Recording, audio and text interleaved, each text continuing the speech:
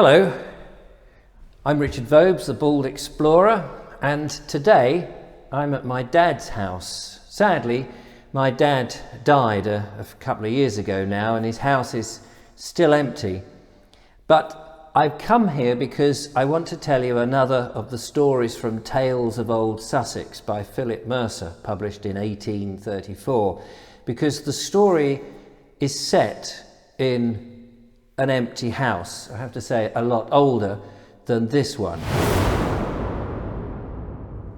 Now, the story takes place on Horsham Common, Horsham in West Sussex. And I was going to go up to Horsham and do the story from the common itself.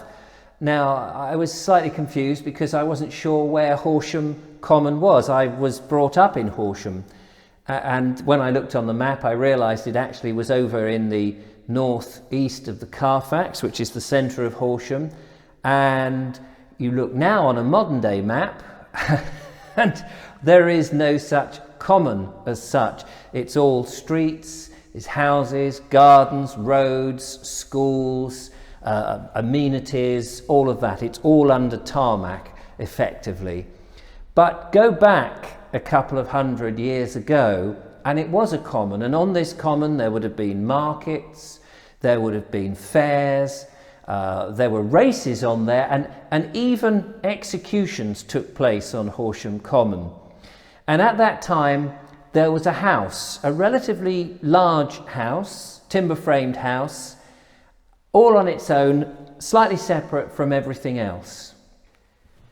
Now at this time there lived in the house a tailor. Now this tailor had married a woman who was a little above his station. She had money, she had the house, it was her house. But the tailor had carried on tailing, and he had managed to make a reasonable living, looking after and dressing the landed gentry, merchants and the rich. But now he was old, and his wife had died, and he was alone, and he couldn't really cope in this large rambling house. So he decided to sell the house and buy a smaller property. I suppose we would call that downsizing now, and he would then live off those profits until he died.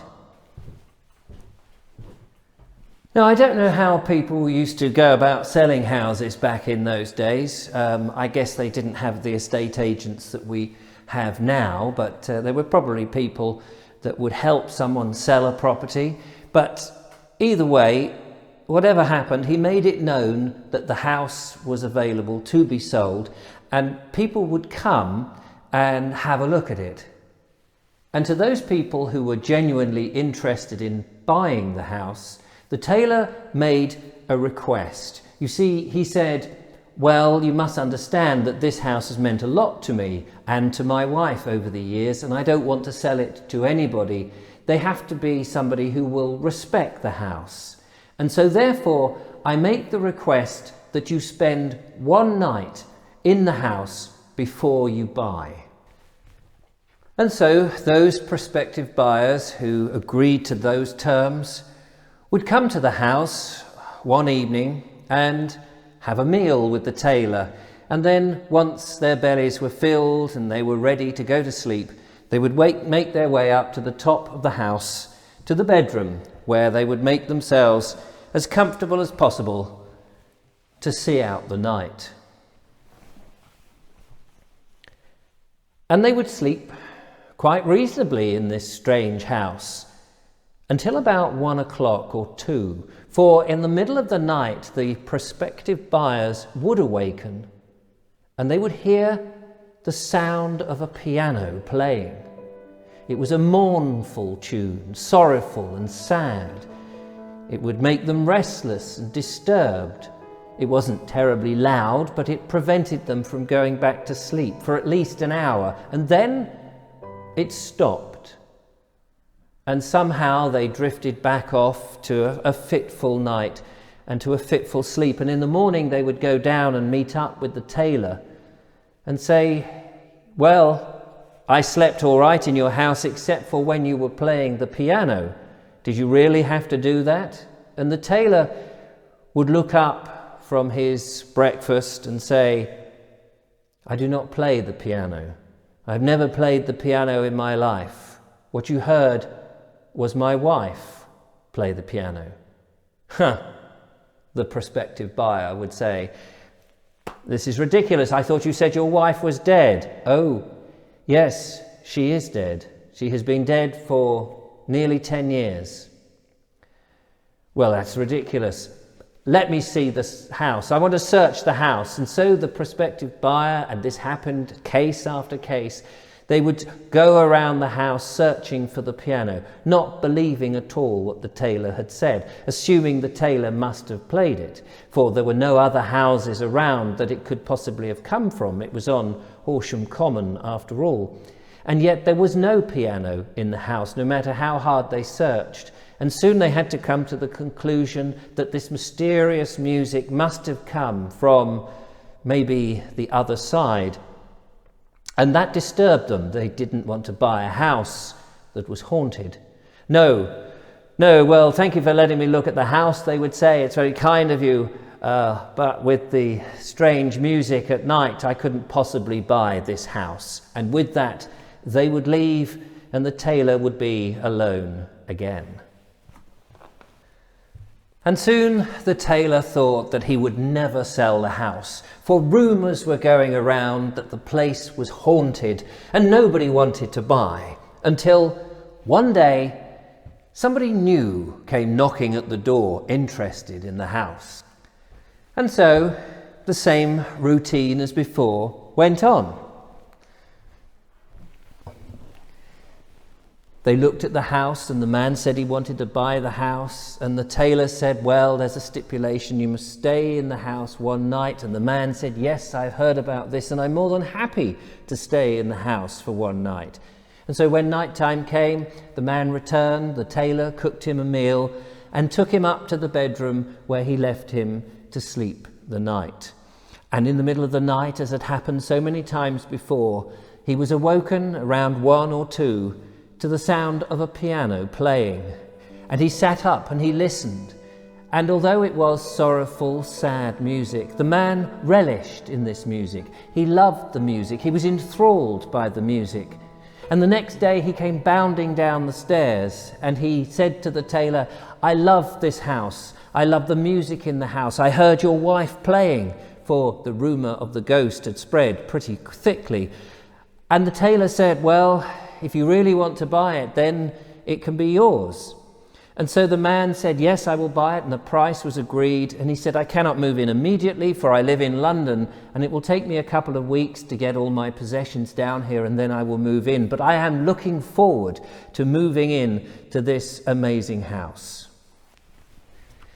And so the house sale went through, and a couple of weeks went past until all the furniture was in.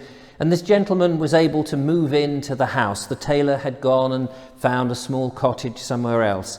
And the man who bought the house was very excited, for when the night came, he stayed up late into the night, waiting for this wonderful piano music to start.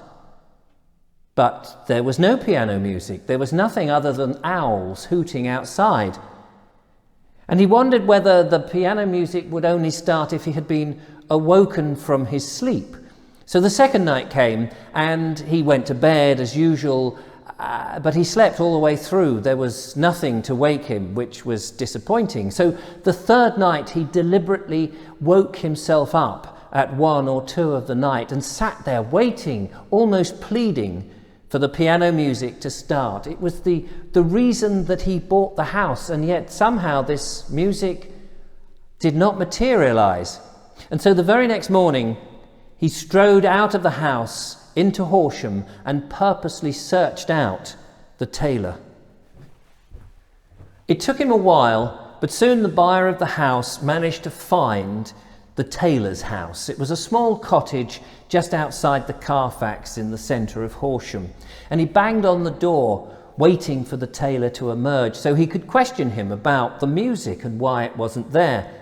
And as he was banging, The neighbour of the adjoining property came out and looked at him. "Hey, stop that banging. What business do you have here?" he said, an abrupt man.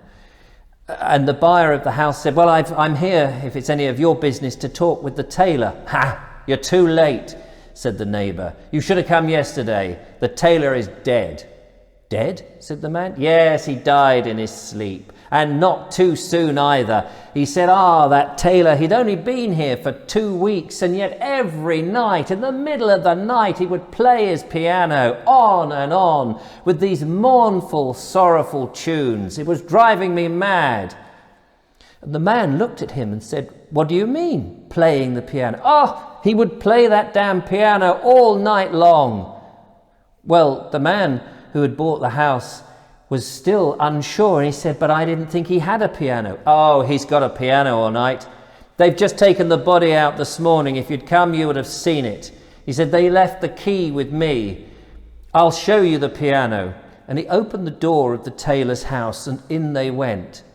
Well, inside, they found very few belongings to the tailor. There was barely anything. He had so little. The neighbour was confused. "It must be upstairs," he said, and they traipsed upstairs, but still there was no piano. It was completely empty. Well, whether that story has any credence whatsoever, whether there's a grain of truth in it, I have no idea. But Phillip Mercer, in his book Tales of Olde Sussex, does say, interestingly, that should you take a stroll down the causeway in Horsham to St Mary's churchyard, say about 1 or 2 in the morning, and listen, perhaps you might hear the mournful playing of a piano if you stand close enough to the tailor's gravestone. Whether that be the tailor playing, or indeed his beloved wife who he is now buried next to, I have no idea. But I hope you enjoyed the tale. Thank you so much for watching. I will be back again with more of those sort of stories from Tales of Olde Sussex, but in the meantime, why not follow, like and leave a comment? Or of course you could become a patron or buy me a cup of coffee if you like these videos. That would be great. Until the next time, thanks so much for watching. Bye bye.